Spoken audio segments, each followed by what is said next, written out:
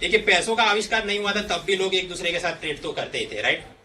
कैसे? Using barter system, कि मेरे पास 500 ग्राम टमाटर है, मैं आपको देता हूं, आप मुझे 2 किलो गेहूं दीजिए। इट इज, ये क्या है? बार्टर सिस्टम, साटा पद्धति। कई सदियों तक इसी प्रकार से ट्रेड तो चलता रहा, लेकिन इसमें एक बहुत बड़ी खामी थी। खामी ये कि मेरे पास टमाटर है तो मुझे कोई ऐसा बंदा ढूंढना पड़ेगा जिसके पास गेहूं भी है और जिसको दिलचस्पी है टमाटर खाने में या खरीदने में, और सामने उस पार्टी को भी।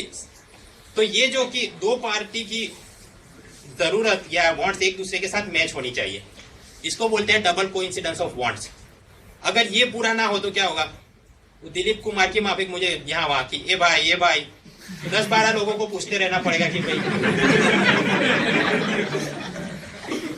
मतलब कि ये ट्रेड और इकोनॉमी के लिए बार्टर सिस्टम सही नहीं है। और जब कोई समस्या है तो फिर लोग उसका समाधान भी निकाल लेते हैं। समाधान कैसे निकाला? पैसों का आविष्कार करके। पैसों का आविष्कार हो गया तो फिर बहुत सारी ये डबल कोइंसिडेंस ऑफ वांट्स की पूरी समस्या खत्म हो गई कि मैं किसी एक व्यक्ति को टमाटर बेच दूं, वो मुझे पैसा देगा और पैसा देके मैं किसी और व्यक्ति से गेहूं खरीदूं या कुछ भी और काम करूं। तो इस कारण से ये बार्टर सिस्टम बंद हुआ और मनी सिस्टम में हम आए। अब मनी सिस्टम में आए तो आप देखिए, पहले वानर था, फिर बना आदि मानव और फिर आधुनिक मानव। क्या हुआ? एवोल्यूशन हुआ है, उत्क्रांति हुई है।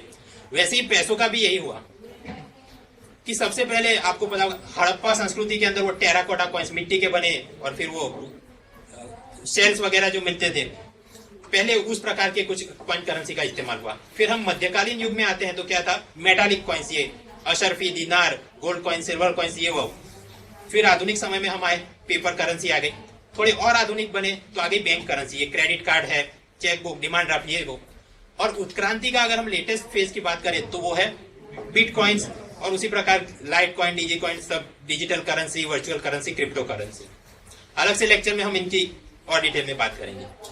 बट इन शॉर्ट की बार्टर सिस्टम में कुछ खामी थी तो हम मनी सिस्टम में आए और मनी सिस्टम में एवोल्यूशन हुआ। आज जो हमने फोकस करना है इस फेज पर, ये जो पेपर करेंसी वाला है, जब ये फेज आ गया तो एक नई सिस्टम बनने लगी। इस नई सिस्टम के अंदर दो यूनिट्स थे, एक तरफ थी हाउस होल्ड्स और सामने थे बिजनेस फर्म्स। हाउस होल्ड क्या काम करते थे कि आलोकनाथ के पास कुछ जमीन है तो वो लीज पे दे दिया, तो विजय माल्या क्या करेंगे? सामने रेंट पे करेंगे, ठीक। आलोकनाथ सोचते हैं मैं किसी कंपनी में काम करता हूं तो वो लेबर प्रोवाइड कर रहे हैं, तो सामने माल्या क्या करेंगे? उन्हें पगार देंगे, वेजिस। अब ये रेंट और वेजिस से आलोकनाथ के कुछ पैसे बच गए, वो उसे जाके रखेंगे बैंक में, और बैंक वापस लोन देता है किसी और बिजनेसमैन को, ठीक। तो यहाँ पे इनकी जो सेविंग थी, इनके लिए क्या बन गई? कैपिटल, मूड़ी बन गई। और इस प्रकार से मूड़ी बनी है उसे, तो उस पे उन्हें ब्याज भी देना पड़ेगा, ठीक। बैंक से अगर माल्या ने लोन लिया है, लोन का ब्याज जहां पे चुकाएंगे उसमें बैंक वाले थोड़ा अपना काट के फिर आलोकनाथ को भी उसके सेविंग अकाउंट में या फिक्स डिपॉजिट में कुछ पैसा मिल जाएगा। उसी प्रकार आलोकनाथ ने मान लीजिए शेयर मार्केट में पैसा रोका है, म्यूचुअल फंड्स, ईपीएफओ, एलआईसी, तो यहाँ से भी कुछ करके पैसा तो किसी बिजनेसमैन के पास जा रहा है कैपिटल बन के, और उस पर वो इन्हें प्रॉफिट, इंटरेस्ट, डिविडेंड कुछ पे कर रहा है। मतलब कि यहाँ से लैंड, लेबर, कैपिटल सप्लाई होता था और ये लोग क्या करते हैं? Rent, wages, profit, interest, dividend, ये सब यहाँ पे बेचते थे। इस प्रकार से क्या हुआ है? मनी का एक सर्कुलेशन हो रहा है। और ऐसा नहीं है कि माल्या तो मतलब बिजनेस फर्म, इनका भी अपना किसी बैंक में सेविंग्स अकाउंट तो होगा ही, राइट। तो फिर वहां से दूसरे किसी बिजनेसमैन पे चल रहा होगा। तो ये अपना सर्कुलर फ्लो ऑफ इनकम या फिर सर्कुलर फ्लो ऑफ मनी, और इस पूरे बहाव को फैसिलिटेट करने वाले मिडल मैन जो हैं, इंटरमीडियरी जो हैं, उनको बोलते हैं फाइनेंशियल इंटरमीडियरीज, एफआईज। और ये एफआईज दो टाइप के होते हैं, एक तो अपने बैंकिंग इंस्टीट्यूशंस और दूसरे non banking financial institutions. Akshay Kumar मतलब घर में पड़ा है सोना फिर काय को रोना, वो क्या है? वो बैंक नहीं है, वो है एक non banking financial company. Future lecture में हम पूरा क्लासिफिकेशन हम समझेंगे कि ये बैंक तो उसके, फिर कमर्शियल बैंक क्या होता है, cooperative, private, RRB, public sector bank, यहाँ पे एनबीएफसी के अलग अलग टाइप्स। लेकिन ये क्या है? अपना इंट्रोडक्शन है। तो हाँ, एक एक करके बहुत ऊपर से हम देख रहे हैं और धीरे धीरे जूम इन करके हम आज के टॉपिक तक पहुंच रहे हैं। आज के टॉपिक में हमने फोकस करना है, अपने हीरो हैं राजन भाई। देखिए, बार्टर सिस्टम चला गया तो अब क्या है? एक तरफ कुछ सप्लाई है और दूसरी तरफ यहाँ पे जो पहले क्या था, गेहूं था, सामने टमाटर, यहाँ क्या है? कोई प्रोड्यूस है और सामने पैसा है, और इन दोनों के बीच कोई एक इक्विलिब्रियम बना होगा। सपोज ये चल रहा है कि 1 किलो ऑनियन की कीमत चल रही है 100 रुपए। ये कुछ एक सप्लाई डिमांड का इक्विलिब्रियम बना है। किसी कारण से ये अगर खराब हो जाए तो फिर क्या होगा? महंगाई, इन्फ्लेशन। एक परिस्थिति हाइपोथेटिक समझते हैं, गरीबी हमारे देश में बहुत है, तो मान लीजिए नरेंद्र मोदी नई स्कीम चालू करते हैं, दीनदयाल सूटकेस ले लो योजना। इसका फीचर ये है कि नरेंद्र मोदी ने राजेंद्र भाई को फोन कर दिया कि आप ट्रक भर के नोट छाप के मेरे पास भेज दो, मैं हर एक सूटकेस के अंदर 10-10 लाख की नोट रख दूंगा और हर एक बीपीएल फैमिली को ये एक सूटकेस दे दी जाएगी दीनदयाल सूटकेस योजना के तहत। तो मुझे सोच के बताइए, इससे गरीबी कम होगी कि नहीं होगी? नहीं होगी। क्यों नहीं होगी? देखते हैं। हम क्या कर रहे हैं, इनके हाथों में पैसा बढ़ा रहे हैं, लेकिन क्या सामने वो ऑनियन सप्लाई उतना बड़ा नहीं। तो क्या होगा फिर कि बहुत सारे लोग हैं, too much money chasing too few goods. इन सभी लोगों के पास पैसा है और सभी लोग डिमांड कर रहे हैं, तो अब क्या होगा? जो 100 रुपए की ऑनियन बिकते थे, एक बोलेगा मैं 200 देता हूं, दूसरा बोलेगा 300, 400, तो 100 से करते करते ऊपर क्या हो जाएगा? 1000 रुपए 1 किलो ऑनियन के हो जाएंगे। और ये क्या हुआ? इन्फ्लेशन, महंगाई। अब इसको मान लीजिए किसी कारण ऐसी परिस्थिति का निर्माण हो गया, तो हम इस ऑनियन का दाम वापस कैसे कम कर सकते हैं? सोच के बताइए। एक तो हम ये कर सकते हैं कि सप्लाई बढ़ा दें, ठीक, कि बहुत सारे ऑनियन पाकिस्तान से इंपोर्ट करो, सोमालिया से इंपोर्ट करो, यहाँ सारे किसानों को सब्सिडी दे दो, मिनिमम सपोर्ट प्राइस डिक्लेयर कर दो, कुछ करके आपने सप्लाई बढ़ा दिया, तो फिर क्या होगा? वापस इक्विलिब्रियम सेट हो जाएगा कि 1 किलो के, हाँ ठीक है, 100 रुपए। ये काम तो फिर सरकार कर सकती है। राजन भाई क्या कर सकते हैं? वो सप्लाई साइड पे तो उनका कोई अथॉरिटी है नहीं, वो यहाँ पे कुछ करना चाहे तो क्या कर सकते हैं? कुछ कोई जुगाड़ लगा के ये जो पैसा बहुत सारा है उसे मैं कम कर दूं, ठीक है। अगर किसी कोई तुक्का या कोई दवाई करके राजन भाई ये मनी सप्लाई को कम कर दें, तो फिर क्या होगा? वापस हम अपने इक्विलिब्रियम पे आ जाएंगे। जो 1000 रुपए की ऑनियन बिक रहे थे, वापस कितने हो जाएंगे? 100 रुपए, ठीक है। तो मतलब कि अगर आरबीआई चाहती है महंगाई से लड़ना, तो उन्हें क्या करना चाहिए? मनी सप्लाई बढ़ाना चाहिए कि कम करना चाहिए? कम करना चाहिए। They have to reduce the money supply. और इस प्रकार की पॉलिसी जब राजन भाई फॉलो करेंगे तो उसको बोलते हैं टाइट मनी पॉलिसी, ठीक है। टाइट मनी पॉलिसी कब? जब मनी सप्लाई को कम किया जा रहा है। इसके लिए और भी शब्द प्रयोग होता है, उसको बोलते हैं डियर मनी पॉलिसी। डियर शब्द का मतलब है कीमती। कीमती कोई चीज कब हो जाएगी? जब वो शॉर्ट सप्लाई में होती है। बाहर अपने को सैंड बहुत है, उसकी कोई कीमत नहीं, लेकिन अगर डायमंड हो बहुत कम है, इसलिए कीमत ज्यादा है। यहाँ भी जब मनी सप्लाई कम हो जाएगा तो मनी की अपनी कीमत बढ़ जाएगी। कीमत किस अनुसंधान में? कि जो आपको पहले उधारी में 10% ब्याज पे देते थे, अब वो मांगेंगे कि नहीं 20% दो। तो इस प्रकार से मनी पहले से ज्यादा कीमती हो जाएगा, डियर हो जाएगा। तो जब महंगाई से लड़ना हो तो क्या करना चाहिए सेंट्रल बैंक को? मनी सप्लाई कम करना चाहिए, हाँ। टाइट मनी पॉलिसी परस्यू करनी चाहिए, हाँ। डियर मनी पॉलिसी परस्यू करनी चाहिए, हाँ। अब महंगाई तो आप समझते हैं, दाम बहुत दिन ब दिन बढ़े तो उसको महंगाई बोलते हैं, और वो क्यों खराब है आप सब समझते हैं। लेकिन उसका उल्टा डिफ्लेशन हो रहा हो कि बहुत जल्दी से नीचे दाम गिर रहे हो, डिफ्लेशन हो रहा हो, तो वो भी इकोनॉमी के हित में नहीं है। अब क्यों हित में नहीं है? एक मोबाइल फोन आज की तारीख में मिलता है, अगर आप सस्ता वाला भी पकड़े तो अराउंड 1000 रुपी या 999, ठीक। अब मान लीजिए कि किसी कारण से कोई मोबाइल खरीद ही नहीं रहा है, तो धीरे धीरे वो एक ये तो नहीं होगा कि वो मोबाइल वाला ये बोले कि मैं 10 रुपए में आपको मोबाइल दे दूंगा, ठीक। उसका भी कुछ रॉ मटेरियल का कॉस्ट होता है, स्टाफ सैलरी होती है। तो फिर वो क्या करना शुरू करेगा? जब डिफ्लेशन आएगा, बाजार में चीजों को कोई खरीद नहीं रहा है और उस कारण दाम नीचे नीचे गिराने पड़ रहे हैं, तो फिर वो मोबाइल कंपनी वाला क्या करेगा? कुछ लोगों को नौकरी से निकाल देगा। कुछ कंपनी वाले ये करेंगे कि इंफीरियर क्वालिटी, फिर वो सर्किट वगैरह यूज करेंगे। ऐसे ही फूड कंपनी होगी तो फिर वो एडल्ट्रेशन, मिलावटखोरी शुरू कर देंगे। तो और अगर कोई कंपनियां तो ऐसी होगी कि वो सर्वाइव ही नहीं कर पाएंगे, क्योंकि कोई चीजें खरीद नहीं रहा है और एक हद से नीचे वो अपने दाम गिरा भी नहीं पा रहे हैं। तो फिर वो क्या करेंगे? कंपनी बंद कर देंगे। कंपनी बंद करेंगे तो जिन बैंक वालों ने उन्हें लोन दी है पूरा एनपीए में चला जाएगा, और फिर वो कंपनी बंद करके बेरोजगारी आ जाएगी। तो फिर लोग ज्यादा देशी दारू पियेंगे और बच्चों की पिटाई करेंगे। तो फिर इस कारण से डिफ्लेशन हमारे हक में नहीं है। डेमोग्राफिक डिविडेंड अगर हमने अचीव करना है तो अब डिफ्लेशन से लड़ना हो आरबीआई को तो क्या करना चाहिए? जो यहां करना चाहिए उसका ऑपोजिट यहां पे करना चाहिए। ठीक है, अगर यहाँ पे मनी सप्लाई को कम करना चाहिए तो यहाँ क्या करना चाहिए? Increase the money supply. किसी कारण से लोगों के हाथ में ज्यादा पैसा आ गया तो क्या करेंगे? ज्यादा खरीदी करेंगे, डिमांड बढ़ेगा और वापस चीजों के दाम धीरे धीरे ऊपर आने लगेंगे। यहाँ पे टाइट मनी पॉलिसी तो क्या होना चाहिए? Easy money policy. यहाँ पे डियर मनी पॉलिसी तो क्या होना चाहिए? Cheap money policy. ये डियर का मतलब क्या है? कीमती, तो उसका क्या होगा? सस्ता, ऑपोजिट चीप मनी पॉलिसी। बस ये कंसेप्ट आप दिमाग में फिट कर दीजिए तो बाकी जितने भी एमसीक्यू इस पे से निकलते हैं आराम से सॉल्व किए जा सकते हैं। ये तो हमने बात करी कि मॉनेटरी पॉलिसी। अब कोई भी पॉलिसी हो तो उसे इंप्लीमेंट करने के लिए हमने कोई स्कीम चलानी पड़ती है, कोई एक्ट बनाना पड़ता है। फॉर एग्जांपल, अगर रूरल डेवलपमेंट की पॉलिसी है तो उसमें बात की गई होगी कि ग्रामीण क्षेत्रों में रोजगार बढ़ाना है, तो उस पॉलिसी को लागू कैसे करेंगे? आपने एक कानून बना दिया मनरेगा, ठीक। उसी प्रकार अगर नेशनल यूथ पॉलिसी में ऐसा बोला होगा कि युवाओं को और हम वोकेशनल स्किल देंगे, तो उसे इंप्लीमेंट कैसे करेंगे? एक स्कीम बना दिया, दीनदयाल अंत्योदय योजना, स्किल इंडिया प्रोग्राम वगैरह।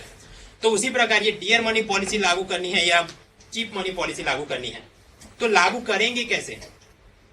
जो लागू करेंगे कैसे उसका जवाब है कुछ हथियार या टूल्स का इस्तेमाल करके। ये जो टूल्स हैं या फिर मॉनेटरी पॉलिसी इंस्ट्रूमेंट्स है, उनके दो टाइप रहते हैं। एक होता है quantitative tools and second is qualitative tools. Quantitative tools के अंदर सबसे पहले बात आती है रिजर्व रेशियो की, सीआरआर एंड एसएलआर। फिर आते हैं ओपन मार्केट ऑपरेशन और फिर अलग अलग प्रकार के रेट्स, रेपो रेट है, reverse repo rate, bank, LAF, MSF, ये सारी बातें, ये अपने हैं सारे क्वांटिटेटिव टूल्स। और उसके सामने है कुछ qualitative tools. For example margin requirement या फिर loan to value requirements, consumer credit control, down payment, EMI, इस पे अगर राजा भाई कुछ दिशा निर्देश करते हैं। क्रेडिट रेशनिंग, फिर priority sector lending, moral suasion और डायरेक्ट एक्शन, अगर कोई बैंक नहीं मान रहा है उसे पनिश करना है। ये सारे हथियार राजन भाई के पास हैं। आज के लेक्चर में हमने बात करनी है इन सब की, क्वांटिटेटिव टूल्स की। उसके अंदर सबसे पहला आएगा अपना रिजर्व रेशियो। रिजर्व रेशियो क्या है? सीआरआर कैश रिजर्व रेशियो और दूसरा है एसएलआर स्टैट्यूटरी लिक्विडिटी रेशियो। अब आप सब एंट्रेंस एग्जाम देख के बैठे हैं तो आपको पता ही होगा ये 4% है, ये 22% है। थोड़ी बैकग्राउंड थियरी समझते हैं कि ये 4% तो मतलब किसका 4% है ना? कोई बैंक है तो बैंक का काम क्या है कि डिपॉजिटर से वो पैसा लेता है और बोरोवर्स को पैसा लैंड करता है। यहाँ पे जितना इंटरेस्ट वो पे कर रहा है उससे ज्यादा वहां पे वो लोन में इंटरेस्ट मांग रहा है, तो बीच में उसका कमीशन या मार्जिन बन गया। तो इस प्रकार से बैंक के कुछ डिपॉजिटर्स होते हैं। और आप समझिए कि करंट अकाउंट में आपने पैसा डाला है तो आपको 0% मिलेगा। अगर सेविंग्स अकाउंट में तो फिर 4% ब्याज देंगे। अगर प्राइवेट बैंक में अगर सेविंग्स अकाउंट खुलवाए कोटक, यस बैंक, तो 6 to 8%। और फिर फिक्स डिपॉजिट में जाएंगे तो 9% या इससे थोड़ा कम। तो ये सारे रेट्स चल रहे हैं। तो क्या है, मैडम को ये सारे इतना ब्याज इनको देना है डिपॉजिटर्स को। अब ये पैसा जो हाथ में आए उसे क्या करना पड़ेगा? इन रेट से ज्यादा रेट में किसी को लोन में देना है, ठीक, बोरोवर्स को। और बोरोवर से फिर चार्ज क्या किया जाएगा? यहां से हमेशा ज्यादा चार्ज करना है। तो अगर 9% अगर मैक्सिमम मैडम किसी को दे रही है तो क्या करना पड़ेगा? यहाँ मिनिमम 10%, 15%, 80 जो भी, वो तो अलग अलग, होम लोन का इतना रेट है, ऑटो लोन का इतना, बाइक लोन का चल रहा है। अब आप सोचिए कि अगर मैडम ऐसा सिस्टम बना के चले, इन लोगों ने 1 करोड़ रुपया जमा करा है तो दूसरे दिन 1 करोड़ इनको लोन में दे दिया, ठीक है। और फिर मैडम ये सोचती है कि हाँ तब तक तो कोई और भी आ जाएगा जो और पैसे जमा करा देगा, तो इनमें से अगर किसी ने चेक लिखा होगा तो मैं वहां से सस्टेन कर लूंगी। ये गेम अगर आप खेलना शुरू करें कि जितना पैसा आ गया है वो सारा ही हम लैंड कर दें, तो फिर क्राइसिस हो सकती है। फॉर एग्जाम्पल, कुछ सालों पहले अहमदाबाद में किसी ने अफवाह चलाई कि आईसीआईसीआई बैंक बंद हो जाने वाली है। तो फिर अचानक से ये सारे जो डिपॉजिटर्स हैं उनकी लंबी लाइन लग गई कि हमारे पैसे वापस करो।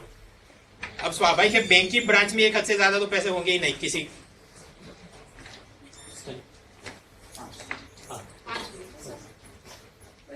આપણી સંસ્થા ખાતે 19 થી 24 આર્ટ ઓફ લિવિંગ નો સવારે સેશન રાખેલો છે।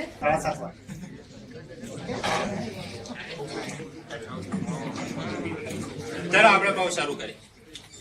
हम जो बात कर रहे थे, मान लीजिए कि यहाँ से 1 करोड़ रुपया मैडम ने ले लिया और सीधा ही इनको दे दिया, जेठालाल को 1 करोड़ दे दिया है और 10 साल की लोन बनाई है कि ईएमआई इतना इतना बना और 10 साल में पूरा मैटर मुझे वापस दे दिया। अब अचानक से इन दोनों को सपना आ जाता है रात में कि बैंक बंद हो जाने वाली, और ये तुरंत मैडम को बोलते हैं कि हमारा 1 करोड़ वापस दो, ठीक है। तो तब मैडम इनको, जेठालाल को नहीं बोल सकती कि नहीं मेरा 1 करोड़ वापस दीजिए आप, वो तो 10 साल का एग्रीमेंट है, ठीक।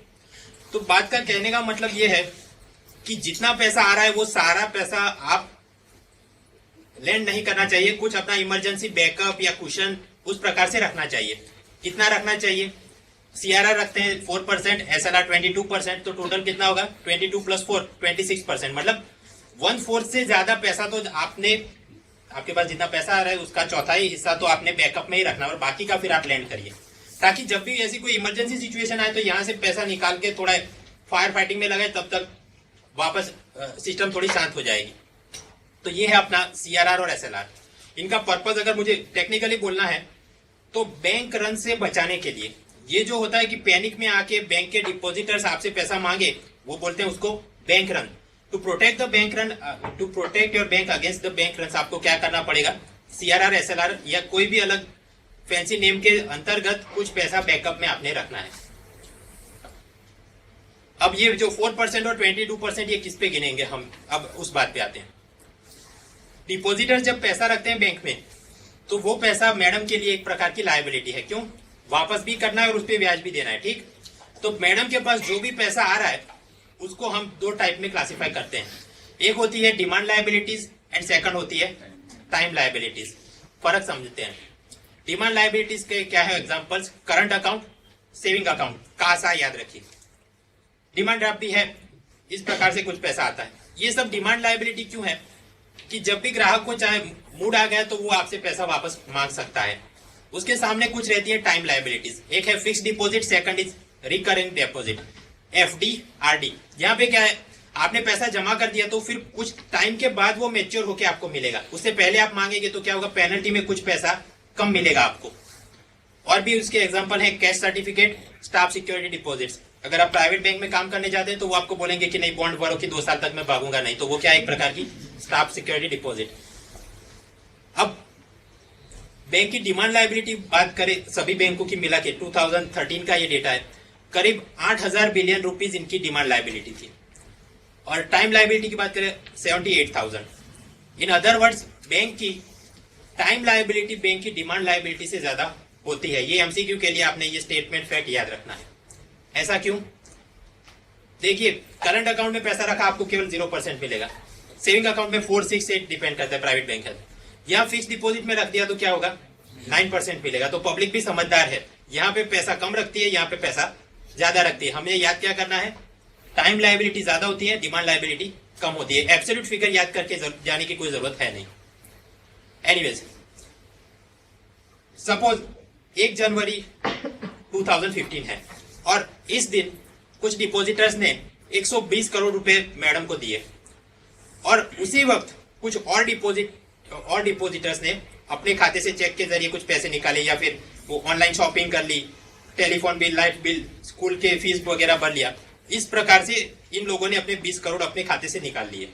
ठीक है, लोन में ये नहीं लिए, अपने खाते से ही इन्होंने निकाल लिए। तो मुझे बताइए मैडम के पास कितना पैसा बचा? 100 करोड़। 120 रखे और 20 करोड़ निकाल लिए, ठीक? तो ये जो हुआ उसे हम क्या बोलेंगे? Net demand and time liabilities, NDTL। फिर से बैंक की क्या होती है? कुछ टाइम लायबिलिटी होती है, कुछ डिमांड लायबिलिटी। अब हर एक दिन कुछ पैसा आता है, कुछ पैसा जाता है, तो क्या करना पड़ेगा? हमने कोई एक एब्सोल्यूट फिगर तो निकालना पड़ेगा। नेट निकाला, 100 करोड़ मिल गया, तो बस अब उस 100 करोड़ के ऊपर से हमने ये CRR और SLR ये सब काउंट करना है।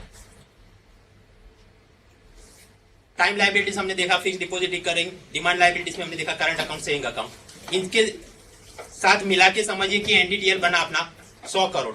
तो अब इस 100 करोड़ के 4% यानी 4 करोड़ आपने रख देने हैं CRR में और इस 100 करोड़ के 22% मतलब 22 करोड़ आपने रख देने हैं SLR में। फर्क क्या है? CRR में जो पैसा रखा वो बस एक तरफ रख ही देना है, उसे आप किसी को लोन में नहीं दे सकती बैंक, उससे सोना नहीं खरीद सकती, शेयर मार्केट में इन्वेस्ट नहीं किया जा सकता, गवर्नमेंट सिक्योरिटी परचेज नहीं कर सकते, कुछ भी नहीं। वो बस एक तरफ रख ही देना है, किसी को लोन भी नहीं करना है। तो अब आप मुझे सोच के बताइए, इस पे बैंक को प्रॉफिट होगा कि नहीं होगा? प्रॉफिट नहीं होगा, ठीक है। CRR पे बैंक को कभी प्रॉफिट नहीं होगा। उसके ऑपोजिट में है SLR। SLR का मतलब ये है स्टैट्यूटरी, मतलब वैधानिक, कानूनी रूप से इतना पैसा तो यहाँ रखना है जक मार के। और सामने क्या है? लिक्विडिटी। लिक्विडिटी समझते हैं। मैं यहाँ आपको लेक्चर दे रहा हूँ, एक प्रकार से ये लेबर है, और लेबर की क्या होती है, वैल्यू होती है।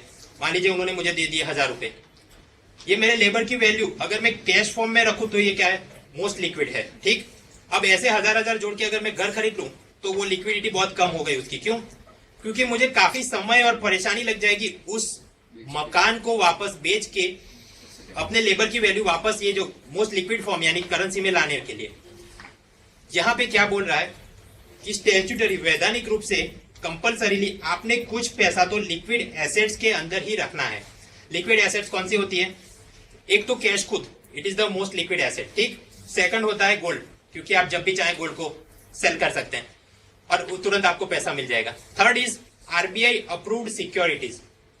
सिक्योरिटीज शब्द आप समझिए, सिक्योरिटी मतलब कागज का एक टुकड़ा अगर आपके पास है तो कोई व्यक्ति किसी तारीख को आपको कुछ पैसा देगा, दैट इज कॉल्ड सिक्योरिटी। तो गवर्नमेंट सिक्योरिटी, हाँ जी से है, कोई बॉन्ड खरीद लिया, कोई शेयर खरीद लिया, ये सब क्या है, एक प्रकार की सिक्योरिटीज है।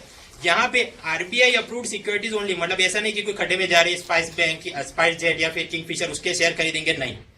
आरबीआई ने जिनको अप्रूव किया है, आरबीआई ने अप्रूव किया एक तो गवर्नमेंट सिक्योरिटीज जी सेक को, सेकंड कुछ जो पब्लिक सेक्टर अंडरटेकिंग्स हैं उनके सिक्योरिटी इंस्ट्रूमेंट उन्हें अप्रूव किया है, कुछ ब्लू चिप कंपनियां उनके। तो अगर बैंक चाहे तो वो कैश में भी 22 करोड़ लगा सकती है, गोल्ड भी खरीद लिया, या फिर आरबीआई अप्रूव सिक्योरिटी, तीन चीजों में से किसी एक में या इनके स्पेसिफिक मिक्सचर में कुल मिला के पैसा आपने रखना कितना, 22%। यही बात अगर टेबल बना के देखें, डिमांड और टाइम जो डिपॉजिट है 100 करोड़ थी, 4% यहां से निकल गया और यहां पे कोई प्रॉफिट नहीं मिलेगा। ये सीआरआर सभी बैंकों को लागू पड़ता है, मतलब कमर्शियल बैंक को भी लागू पड़ता है, कोऑपरेटिव बैंक को भी लागू पड़ता है, आरआरबी को भी लागू पड़ता है, पब्लिक सेक्टर बैंक को भी, प्राइवेट को, सभी को। अगर ये मेंटेन नहीं करेंगे तो आरबीआई आप पे पेनल्टी लगाएगी। इस पे कोई प्रॉफिट नहीं हो सकता, मैंने बताया क्यों नहीं हो सकता। लेकिन इन द लेट 90s 1999 के अंदर बैंकिंग सेक्टर में काफी मंदी देखने को मिली, तो उस वक्त आरबीआई इनको इन पैसों पे थोड़ा इंटरेस्ट देता था। तो अगर उस एक साल को छोड़ दे तो बाकी कभी सीआरआर पे प्रॉफिट नहीं हुआ है। अब ये कितना है, 4% है, ठीक। कुछ समय पहले आईआईएम अहमदाबाद के प्रोफेसर डिसूजा, उन्होंने फाइनेंस मिनिस्ट्री को एक स्टडी रिपोर्ट बना के ये कहा कि ये कैश रिजर्व रेशियो में, अभी आपने बोला कि सिर्फ कैश में रखना है, नहीं, आप इनको छूट दीजिए बैंकों को, अगर वो चाहे तो गोल्ड में भी इन्वेस्ट करे या फिर फॉरेक्स में भी, मतलब डॉलर उतने खरीद ले उतने रुपयों से। फाइनेंस मिनिस्ट्री ने ये बात आरबीआई को फॉरवर्ड कर दी, तो राजन भाई ने बोल दिया नहीं। क्यों? क्योंकि अभी मार्केट में काफी वॉलेटिलिटी चल रही है। आप सोने का भाव देखिए, पहले बहुत चढ़ रहा था, ठीक, अब वापस नीचे आ रहा है। तो अगर मान लीजिए 1000 करोड़ आज लगा दिए और कल भाव नीचे गिर गया तो एक प्रकार से डिपॉजिटर्स का पैसा ही लॉस में चला जाएगा। उसी प्रकार फॉरेक्स मार्केट में भी डॉलर पहले था हाँ कि 65 और 70 तक पहुंच रहा था, अब वापस गिर के आ रहा है 65, 62, 60 पे आ रहा है। तो इन कारणों से मार्केट में वॉलेटिलिटी है, इसलिए ये जो इनका सुझाव है डिसूजा का, ये हम लागू नहीं कर सकते। ये करंट में अभी ये 2-3 दिन पहले आया, इसलिए समझना, बाकी तो ठीक है। आगे बढ़ते हैं। SLR, statutory liquidity ratio, 100 crore में से 4 करोड़ निकल गए सीआरआर में और 22 करोड़ निकल जाएंगे एसएलआर में, ठीक। तो बाकी कितना बचा पैसा बैंक के पास, 74 करोड़। वो फिर बैंक चाहे उसको लोन में दे सकती है और जिसे चाहे उसे भी नहीं, उसमें भी प्रायोरिटी सेक्टर नॉर्म्स वगैरह रहते हैं, हम आगे पढ़ेंगे। एनीवेज, जो बात थी, ये एसएलआर भी सभी बैंकों को लागू पड़ता है, मैंने जो पहले भी बताया, commercial, cooperative, public, private, RRB, सबको 3 चीजों में इन्वेस्ट कर सकते हैं, या तो कैश, गोल्ड या फिर आरबीआई अप्रूव्ड सिक्योरिटीज। एमसीक्यू के अंदर आपको ये बोला जाए कि SLR means only RBI approved securities में इन्वेस्ट करना है, तो ये क्या वाक्य सही है, गलत है? गलत है। ओनली नहीं, केवल वो नहीं, गोल्ड और कैश भी सही है। इन पे कुछ प्रॉफिट होगा, हाँ होगा। कैसे? सोने में रख दिया और सोने का भाव बढ़ गया तो प्रॉफिट हो जाएगा। गवर्नमेंट सिक्योरिटी में आप इन्वेस्ट करेंगे तो वो आप उस पर सरकार आपको 8% ब्याज देती है, तो वो एक प्रकार से प्रॉफिट बन गया। उसी प्रकार ये पब्लिक सेक्टर अंडरटेकिंग्स के बॉन्ड्स वगैरह में पैसा डाल दिया तो थोड़ा प्रॉफिट बन जाएगा, तो यहाँ पे प्रॉफिट होगा, हाँ होगा। अभी 22% है। एनीवेज, अब ये केवल थोड़ी समझ के लिए, जनरल नॉलेज के लिए कि असल में ये कैसे मेंटेन करते हैं। 22 करोड़, अब आप समझिए कि बैंक के अंदर तो हर घंटे में कुछ पैसा आता है, कुछ पैसा जाता है, ठीक है, तो फिर आप कैसे 100 करोड़ या एनडीटीएल निकालेंगे? रियल लाइफ में सिस्टम ये है कि हर फ्राइडे को गिनती की जाती है। मान लीजिए आज ही फ्राइडे है और आज एनडीटीएल निकला 100 करोड़, तो आज कुछ नहीं करना है, उसकी एक फोर्टनाइट आप जाने दीजिए, 15 दिन बाद, तो क्या होगा, वापस एक फ्राइडे आएगा, और उसके बाद और एक फोर्टनाइट जाने दीजिए तो वापस एक फ्राइडे आएगा।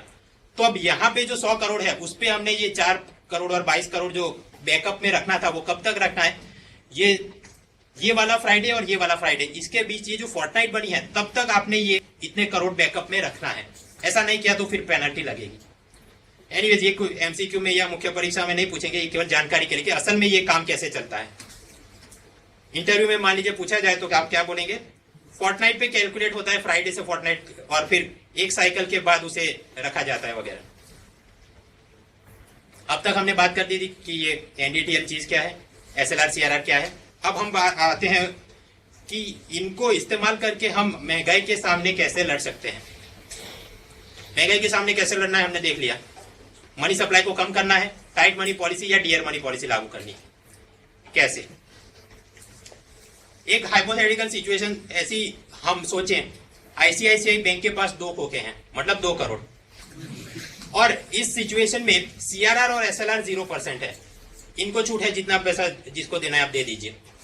और ये आईसीआईसीआई वाले हर एक लोन केवल 10% ब्याज पे देते हैं। तो अगर हम गिनती करें, 2 करोड़ इनके पास है और उसका 10% ये मांगते हैं ब्याज पे, तो कितना पैसा मिला इनको? 20 लाख मिलेगा। ठीक, बैंक को 2 करोड़ ये घुमाएंगे ब्याज पे तो इनको मिलता है 20 लाख रुपीज, और फिर वहां पे उनकी खर्चे वगैरह निकालेंगे, डिपोजिटर को पैसा मिलेगा, वापस कुछ प्रॉफिट बनेगा। अब अगर महंगाई से लड़ना है तो आरबीआई को क्या करना पड़ेगा?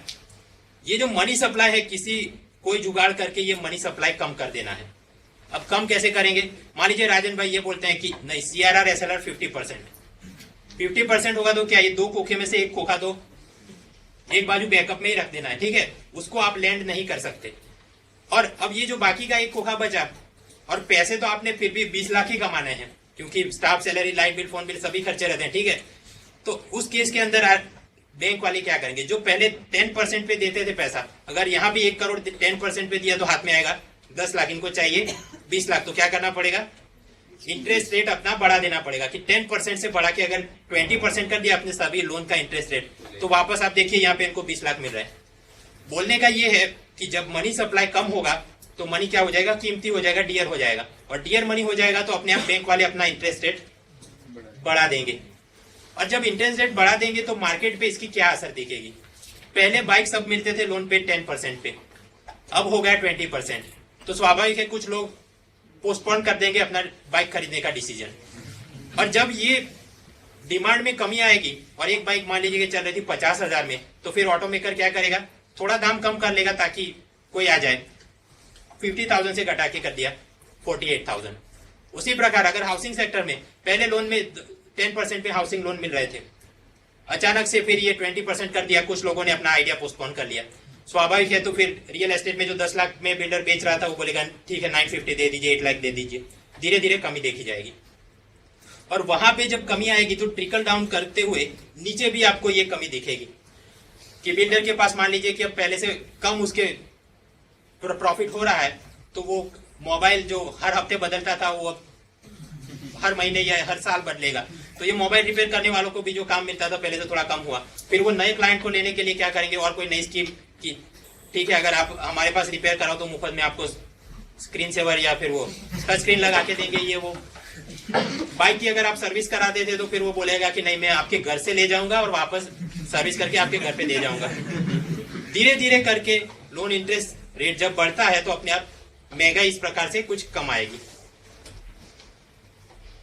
अगर असल में ये पढ़ाना हो कि इंटरेस्ट रेट की क्या इफेक्ट होती है सप्लाई डिमांड पर या महंगाई पर, तो क्या करना पड़ेगा? मुझे आपको कुछ ग्राफ बना के फिर वो फॉर्मूला इक्वेशन से पढ़ाना पड़ेगा, ठीक।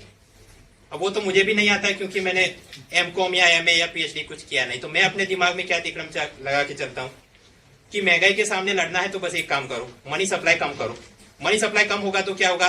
लोन के ब्याज दर बढ़ जाएंगे, और लोन के ब्याज दर बढ़ जाएंगे तो अपने आप डिमांड जो पब्लिक की है वो कम हो जाएगी, और जब डिमांड कम हो जाएगी तो फिर जितने ये बिल्डर हैं, ऑटोमोबाइल सेक्टर हैं, ये जो सब हेकड़ी मार के चलते हैं उनकी थोड़ी हेकड़ी कम हो जाएगी और अपने आप डिमांड जो अपना प्राइस है पहले से थोड़ा वो कम कर लेंगे, ठीक।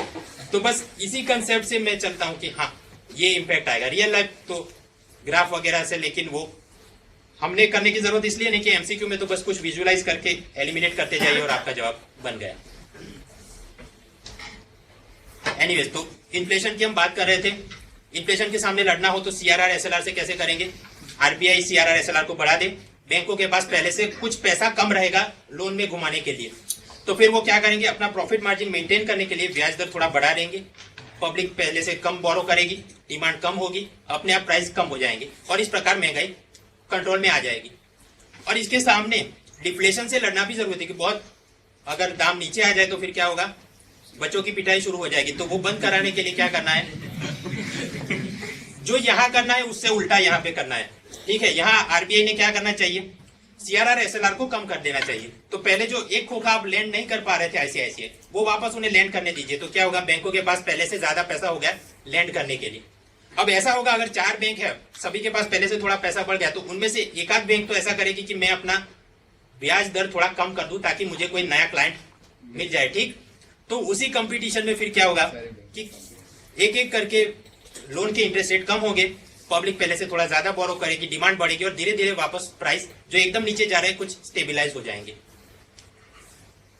ठीक है, एमसीक्यू सॉल्व करने के लिए एक आप टेबल इस प्रकार से बना के उसे याद कर लीजिए।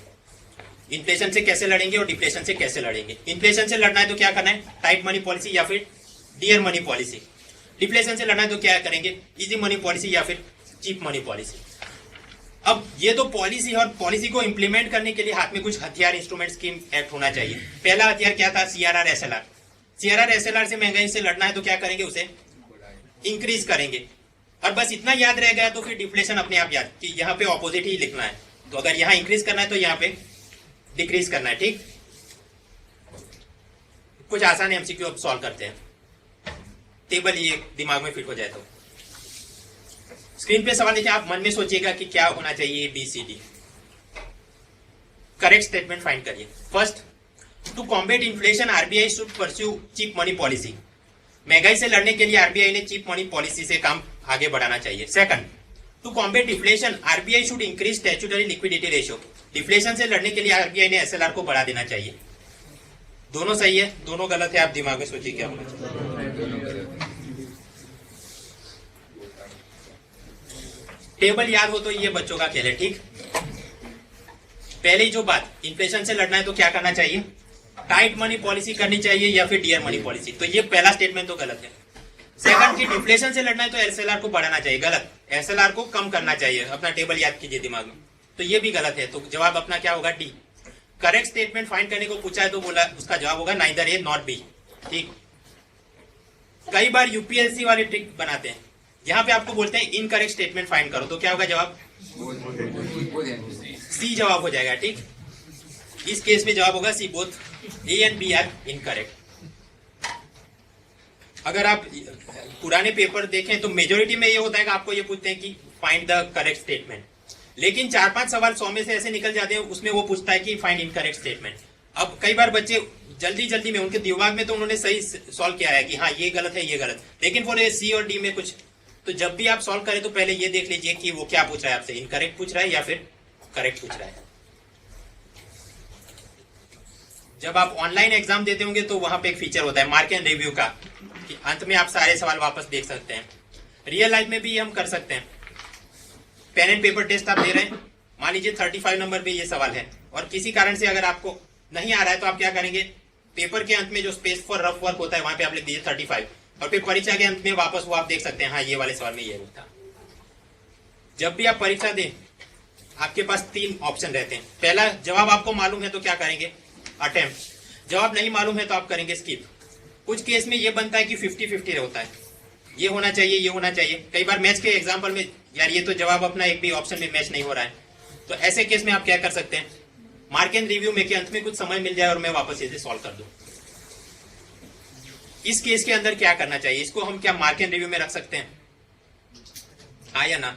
जवाब ना है। कारण, मार्क एंड रिव्यू में कब रखना चाहिए कि आपको कुछ डाउट है, 50-50 वगैरह हो रहा है। अब आप समझिए कि इस वाले कंसेप्ट में जिसको 50-50 हो रहा है, तो मतलब कि वो अंत में स्ट्रेस में आके कुछ गलती कर सकता है। ठीक, क्योंकि जो अंत में 15 मिनट्स तो आपको, एक तो ये बच्चे हर बार क्या करते हैं, 100 सवाल है एमसीक्यू के, हर एक घंटे में गिनती करते हैं कि कितने ब्लैक सर्कल मैंने किए, 10, 20, 30, और फिर लास्ट 15 मिनट में पता चलेगा कि यार 50 हुए और मेरे सीनियर ने तो बोला था 80 करने थे। फिर जो मार्केट रिव्यू में रखे हैं वो सारे तिकड़मबाजी में सॉल्व किए जाएंगे, नहीं। ये क्या है, एक प्रकार का प्रिंसिपल है। अगर आपको प्रिंसिपल पता है तो फिर होगा, फिर आप अंत समय में सेट नहीं कर पाए। कहने का ये है कि मार्केट रिव्यू में इकोनॉमी वाले सवालों को मत रखो, सॉल्व हो गया तो हो गया, नहीं तो स्किप करके आगे बढ़ जाओ। जो लोग फेल होते हैं सिंसियर प्रिपरेशन के बाद भी, वो ऐसे लोग फेल जब होते हैं तो इस कारण से नहीं कि वो बहुत कम टिक करके आए थे, वो इसलिए कि कुछ नेगेटिव में थोड़े मार्क्स चले गए थे, ठीक। पिछली बार कट ऑफ था 241 मार्क्स। जो लोग यहाँ पे आपके सीनियर वगैरह फेल हुए, उन्हें पूछिए कि आपका मार्कशीट में कितना बोलता है, 235 240 पे आसपास। अगर थोड़े भी अगर नेगेटिव में कम चले गए होते तो वो प्रीलिम क्लियर कर पाते थे। इस कारण से हमेशा एक्यूरेसी आप मेंटेन करिए। खैर आगे बढ़ते हैं। और एक सवाल पूछा गया 2010 की यूपीएससी में, when RBI increases CRR it means, उसका मतलब क्या होता है? Option A, RBI will have less money to lend. Second, government will have less money to spend, सरकार के पास पैसा खर्च करने के लिए कम होगा। Third, commercial banks will have more money to lend, कि बैंकों के पास उधारी में देने के लिए पैसा बढ़ जाएगा। And fourth, commercial banks will have less money to land.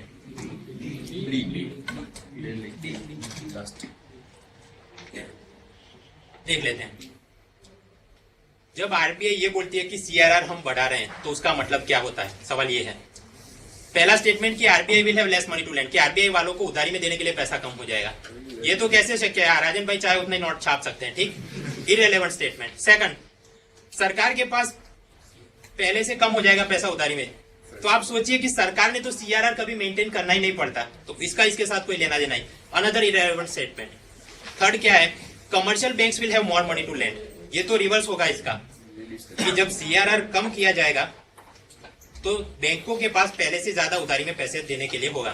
Fourth statement, commercial bank will have less money to lend. तो मतलब जवाब होगा इसका डी। इसको मार्केट रिव्यू में रखना चाहिए नहीं। ये देखिए, कभी भी फैक्ट टाइप का सवाल हो या फिर डेफिनेशन, तो तुरंत आपको पता है तो करिए, बाकी डेफिनेशन नहीं पता है तो इसका कोई जवाब हो नहीं सकता। अब हम जरा ट्रेंड देख लें। एसएलआर सीआरआर, रघुराम राजन के आने से पहले जो पुराने गवर्नर्स थे उनका फॉर्मेट ये था कि हम हर 45 डेज पे अपनी पॉलिसी अपडेट करेंगे। राजन भाई ने बोला नहीं, मैं तो हर 60 डे पे अपनी पॉलिसी अपडेट करूंगा। मतलब क्या हुआ? Bimonthly monetary policy review, ठीक। 2014 के अप्रैल महीने से उन्होंने ये काम शुरू किया। हर 2-2 महीने पे वो अपडेट करेंगे। अप्रैल, 5 जून, अगस्त, सितंबर, दिसंबर, और फिर 5th जो अपडेट आया था दिसंबर के अंदर, और उसके 2 महीने आप जोड़ के चलिए तो क्या होगा?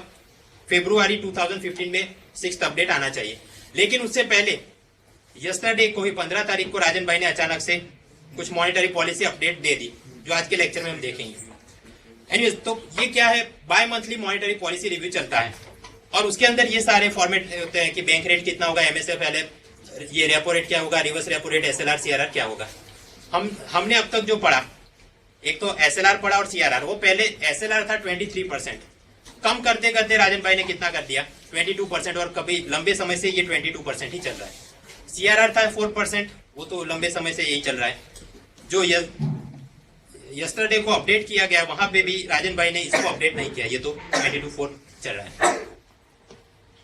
अब सवाल होता है कि 2014 के शुरुआत के समय में महंगाई तो कम हुई नहीं थी, और हमने तो अब तक ये पढ़ा कि जब महंगाई से लड़ना हो तो क्या करना चाहिए? एसएलआर को बढ़ाना चाहिए, ठीक। इस केस में राजन भाई ने क्या किया? एसएलआर कम कर दिया, 23 से घटा के 22% कर दिया। ऐसा क्यों किया? समझते हैं। डिपॉजिटर्स ने कुछ पैसा रख दिया है, मैडम ने वो कुछ पैसा उसमें से सीआरआर एसएलआर में रखा और बाकी का बोरोवर्स को दे दिया है।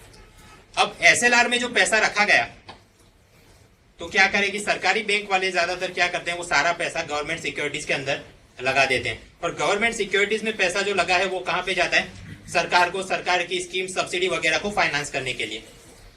लंबे समय से इकोनॉमिस्ट और सारे एक्सपर्ट्स ये बोल रहे हैं कि सरकार को अपने ये खर्चे थोड़े कम करने चाहिए, सब्सिडी वाले।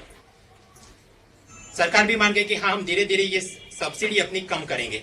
पेट्रोल डीजल पे जो पहले चला था 2013 में, धीरे धीरे उनको बाहर निकाला गया। तो इस प्रकार से एक फिजिकल कंसोलिडेशन शुरू किया सरकार ने, और तब सरकार को पहले से कम पैसों की जरूरत पड़ेगी ये बैंक के एसएलआर से जो आ रहे हैं। इस कारण राजन भाई ने समझ के ये तय किया कि हाँ, इनको पैसा कम चाहिए तो क्या करना चाहिए, हमने एसएलआर थोड़ा कम कर दे तो बैंक के पास पहले से ज्यादा पैसा रहेगा लैंड करने के लिए, और वो कहां पे जाएगा, आम आदमी को, बिजनेसमैन को। मतलब कि productive sectors of the economy, उनको पैसा मिल रहा है, उनको थोड़ा पैसा मिल जाए, उस कारण से एसएलआर को कम किया गया, डिस्पाइट द फैक्ट कि महंगाई तो कम हुई नहीं थी।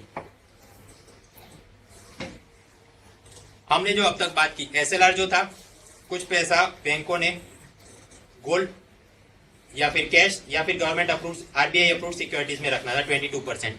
सीआरआर हमने पढ़ लिया 4% कि वो कहीं पे भी लैंड नहीं करना है, उस पर कोई प्रॉफिट नहीं होगा। और ये दोनों चीजें किस पे मेंटेन करनी है, एनडीटीएल पे। तो यहां तक हमने पढ़ लिया। अब धीरे धीरे करके आगे चलते हैं। रिजर्व रेशियो का काम खत्म हुआ, अब आएंगे ओपन मार्केट ऑपरेशन पे, ओएमओ। ओएमओ क्या चीज है? सरकार बजट बनाती है, हमसे कुछ पैसा टैक्स में लेती है, और वो क्या करेंगे, उस टैक्स के पैसे से कुछ अपनी सरकार को भी चलाने के लिए पैसा चाहिए और कुछ पैसा स्कीम सब्सिडी में भी लगाने को चाहिए। लेकिन हमेशा टैक्स में जो पैसा आता है उससे स्कीम सब्सिडी का खर्चा बहुत ज्यादा होता है। तो बीच में जो फॉल हुआ वो खड्डा कैसे भरेंगे, उधारी करनी पड़ेगी सरकार को। तो मान लीजिए अगर नरेंद्र मोदी राजन भाई को फोन कर देते हैं, हाँ चलो 1000 करोड़ के ट्रक बना के नोट छाप के मुझे दे दो, क्या इस प्रकार से चलती है? नहीं। किया ये जाता है कि सरकार को जब भी रेवेन्यू शॉर्टफॉल हो और इस प्रकार से कुछ पैसों की आवश्यकता हो तो सरकार की तरफ से इश्यू होगी गवर्नमेंट सिक्योरिटीज, जीसैक, जिसपे कुछ लिखा होगा, फॉर एग्जांपल कि ये जीसैक की कीमत है 1000 रुपए, 8% हम इंटरेस्ट देंगे और 10 ईयर्स के बाद ये मैच्योर होगी, मतलब उस वक्त आपको वो प्रिंसिपल के पैसे वापस मिल जाएंगे। तो उस प्रकार की गवर्नमेंट सिक्योरिटीज इश्यू की जाती हैं। राजन भाई क्या करेंगे, अगर 1000 करोड़ की ये सिक्योरिटीज उनके पास आई, उनकी तिजोरी में पैसा है तो वो सीधा मोदी को दे देंगे, अगर नहीं है तो क्या करेंगे, नए नोट छाप के मोदी को पैसा दिया जाएगा। ऐसा करते करते राजन भाई के पास क्या होगा, बहुत सारी गवर्नमेंट सिक्योरिटीज हाथ में आ गई हैं। इनकी मदद से वो मनी सप्लाई को कैसे कंट्रोल कर सकते हैं, ये जो मुद्दा है उसको बोलते हैं ओपन मार्केट ऑपरेशंस। वापस हम बात करें कि इन्फ्लेशन से लड़ना है, महंगाई से लड़ना है, कैसे लड़ेंगे, ये मनी सप्लाई कम करना है। ठीक है, ये 2 खोखे हैं तो कम करके 1 खोखा में कर दूं तो महंगाई अपने आप काबू में आ जाएगी। इस केस में ओपन मार्केट ऑपरेशन में क्या होगा, राजन भाई मान लीजिए कि कुछ सिक्योरिटीज मैडम को बेच देते हैं और सामने मैडम उसके लिए राजन भाई को 1 करोड़ दे देती है। तो अब क्या हुआ, पहले जो 2 खोखे थे उससे कम होके 1 खोखा ही बचा मैडम के पास, मनी सप्लाई कम हुआ, और मनी सप्लाई कम हुआ तो फिर महंगाई कैसे कम होती है हमने आगे बहुत बार चर्चा कर ली। तो इस प्रकार से ओपन मार्केट ऑपरेशन में गवर्नमेंट सिक्योरिटी की सेल करके अगर राजन भाई चाहे तो महंगाई को कम कर सकते हैं। तब सवाल होता है कि मैडम को ये काम करने की जरूरत क्या है। ओपन मार्केट ऑपरेशन के अंदर कोई कंपल्सन नहीं होता बैंक को कि वो सिक्योरिटीज आपने खरीदनी ही है। इसका कारण यह है कि जब भी इन डिपॉजिटर्स ने मैडम को पैसा दे दिया तो फिर मैडम ने तो उन्हें इंटरेस्ट पे करना ही है, ठीक है, 4% 9% जो भी। अब ये वाला पैसा ऐसा तो नहीं है कि तुरंत यहां से पैसा और सामने वो 2 लाइन में खड़े हैं कि हमको लोन दे दीजिए, और अगर वो लाइन में भी खड़े हैं तो फिर आपने लोन प्रोसेसिंग तो करनी पड़ेगी, फाइल क्लियर करने में थोड़ा समय लगता है। लेकिन जब तक वो काम नहीं होता तो मैडम के पास वो पैसा आइडल पड़ा है। आइडल पड़ा है तो मैडम को वो क्या हुआ रहा है, लॉस हो रहा है, क्योंकि उन्होंने तो इस पैसे पे इन दोनों को कुछ इंटरेस्ट पे करना ही है। इसलिए कोई भी पैसा ऐसा आइडल पड़ा रहे ये बैंक के हित में नहीं। तो वो कुछ भी अपॉर्चुनिटी देखते रहते हैं कि हाँ चलो यहाँ पे इन्वेस्ट कर लिया, यहाँ पे इन्वेस्ट कर लिया। गवर्नमेंट सिक्योरिटी में अगर इन्वेस्ट कर लिया मैडम ने तो क्या होगा, कम से कम 8% तो मिल ही जाएगा उनको रिटर्न, और यहाँ पे ये 4% वालों को थोड़ा दे देंगे तो अपना काम चल जाएगा। तो इस कारण से ओपन मार्केट ऑपरेशन में बैंक वाले पार्टिसिपेट करेंगे। इसके अनुसंधान में लिक्विडिटी और मनी सप्लाई 2 कंसेप्ट आप याद कर लीजिए एमसीक्यू के लिए। जब भी राजन भाई के पास पैसा आता है तो मनी सप्लाई कम होती है या फिर लिक्विडिटी कम होती है, ये पहला प्रिंसिपल आप याद कर लीजिए। सेकंड, जब भी राजन भाई से पैसा दूर जाता है तो मनी सप्लाई बढ़ता है, लिक्विडिटी बढ़ती है। ये आप याद कर लीजिए, आगे एमसीक्यू में ये कंसेप्ट आपको ये हम यूज करेंगे। तो अब आप सोचिए कि ओपन मार्केट ऑपरेशन की मदद से अगर महंगाई से लड़ना हो तो क्या करेंगे राजन भाई। मैं तो ये विजुलाइज करके चलता हूं कि वो गवर्नमेंट सिक्योरिटी नहीं ऑनियंस हैं। अब मनी सप्लाई कम करना है तो क्या करना पड़ेगा, पैसा राजन भाई की तरफ आना चाहिए। वो कैसे करेंगे राजन भाई, अपने ऑनियंस बेचने को निकाले, सामने पब्लिक ऑनियन खरीदती है तो क्या करेंगे, वो पैसा राजन भाई को दे रहे हैं, तो पैसा राजन भाई की तरफ आ रहा है, मनी सप्लाई कम हो रहा है, इन्फ्लेशन से लड़ाई हो रही है। तो मतलब कि ओपन मार्केट ऑपरेशन की मदद से इन्फ्लेशन से लड़ना हो तो क्या करना चाहिए राजन भाई ने, गवर्नमेंट सिक्योरिटी को सेल करना चाहिए, बेचना चाहिए। बस ये सेट हो गया तो सामने वाला अपने आप सेट हो जाएगा। कि डिफ्लेशन से लड़ना हो तो क्या करना चाहिए, ओपन मार्केट ऑपरेशन में गवर्नमेंट सिक्योरिटी को परचेस करना चाहिए। आप समझिए राजन भाई, अब पब्लिक से ऑनियन खरीदना शुरू करेंगे तो क्या होगा, भाई उनको पैसा देंगे, ठीक है, पैसा भाई से जब भी दूर जाएगा तो क्या होगा, मनी सप्लाई बढ़ेगा, मनी सप्लाई बढ़ेगा तो आप डिफ्लेशन से लड़ पाएंगे। ये क्या है, इजी मनी पॉलिसी या फिर चीप मनी पॉलिसी। यूपीएससी 2013 में कुछ सवाल पूछा गया। In context of Indian economy ये ओपन मार्केट ऑपरेशन का मतलब क्या है। First, borrowing bye schedule banks from RBI, कि ये शेड्यूल बैंक वाले आरबीआई से उधारी में पैसा ले, उसको बोलते हैं open market operation. Second, lending by commercial banks to industries and trade, ये बैंक वाले किसी उद्योगपति को उधारी में पैसा दे, उसको बोलते हैं open market operation. Third, purchase and sale of government security by RBI. And fourth is none of above. जवाब क्या होगा, C, purchase and sale of government security, खरीदी भी करे वो भी सही, बेचने निकले वो भी सही, ओपन मार्केट में दोनों बातें आती हैं। अच्छा बताइए, मैं अगर ये स्टेटमेंट इस प्रकार से रखूं, only the purchase of government securities by RBI, तो जवाब क्या होगा इस सवाल का, जवाब हो जाएगा डी, नन ऑफ अबोव। ठीक है, केवल परचेज नहीं, दोनों है, परचेज भी है और सेल भी है। क्रॉस चेक करना, borrowing bye schedule banks from RBI, RBI से ये दूसरी बैंक वाले उधारी में पैसा ले तो उसको बोलते हैं बैंक रेट या फिर रेपो रेट, तो ये गलत है।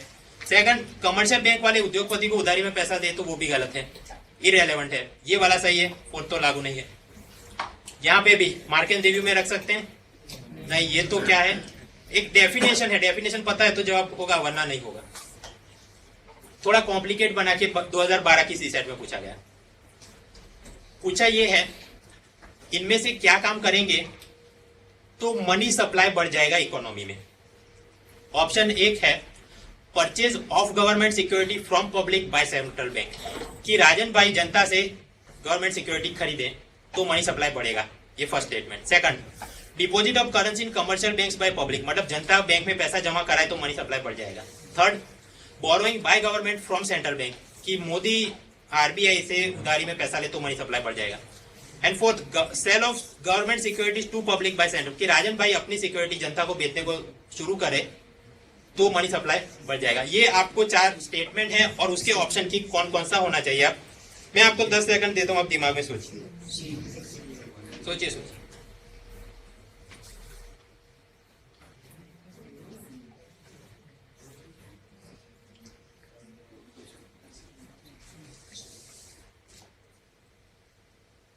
कितनों को लगता है इसका जवाब ए होना चाहिए, ओनली वन। सी कितनों को लगता है, ओके इसको स्किप करेंगे ऐसे कुछ, क्या कोई इसे स्किप करेगा। एक एक देखिए, जब भी आपके पास इतने सारे स्टेटमेंट जमा हो जाए तो क्या करना चाहिए, एलिमिनेशन मेथड से आगे बढ़ना चाहिए। एलिमिनेशन मेथड से करेंगे तो जल्दी से और एक्यूरेटली अपने को जवाब मिलेगा। देखते हैं, सबसे पहले तो ऐसा स्टेटमेंट आप पकड़िएगा, आपको पक्का मालूम है कि ये वाला तो गलत ही है। तो फोर्थ वाला क्या है, sale of government securities to public by central bank. अब मैंने जो बोला, मैं कैसे विजुलाइज करता हूं कि राजन भाई अपने ऑनियंस पब्लिक को बेचना शुरू करे तो क्या होगा, पब्लिक भाई को पैसा देगी और भाई के पास पैसा आता है तो हम क्या बोलते हैं, मनी सप्लाई कम होगा। ठीक है, तो फोर्थ स्टेटमेंट तो गलत ही है किसी भी संजोगों में। और हमको ये पूछा कि इंक्रीज होगा कि नहीं, तो ये फोर्थ वाला गलत है। और जहां भी आपको फोर्थ दिखे कर दीजिए एलिमिनेट, बी भी चला गया, डी भी चला गया। अब दारोमदार इस पे है कि 1 एंड एक है only 1 and second is 1 and 3, मतलब कि ये थर्ड वाला स्टेटमेंट सही है या गलत, कि borrowing by government from the central bank, Modi अगर भाई से पैसा उधारी में ले तो मनी सप्लाई बढ़ेगा कि नहीं।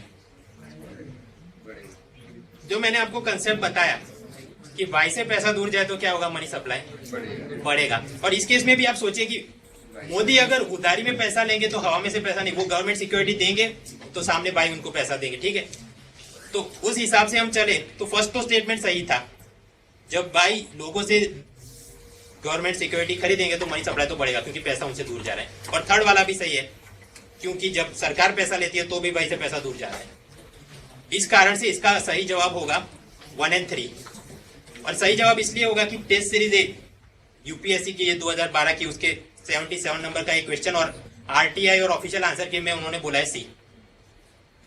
देखिए जब ये असल में क्वेश्चन पेपर सामने आया था तो कई लोगों को शंका थी कि ये थर्ड वाला स्टेटमेंट सही है या गलत। फॉर एग्जाम्पल, मान लीजिए मोदी ने राजन भाई से पैसा लिया और उससे इजराइल से हमने कोई मिसाइल खरीद ली, तो मनी सप्लाई कहां पे बढ़ा, है ना? शंका हो सकती है आपको।